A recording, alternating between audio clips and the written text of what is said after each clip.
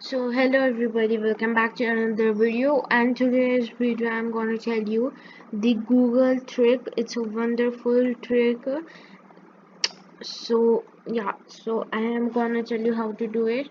So go to the search bar, click on this and search for the do a barrel roll, and just click on the enter button, and you see the Google interface itself do a barrel roll.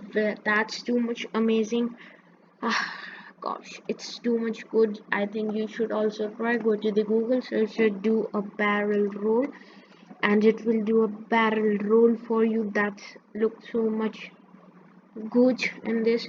So only this much for today's video. We will meet in next video next time. Till that time, bye bye. And yeah, don't forget to subscribe.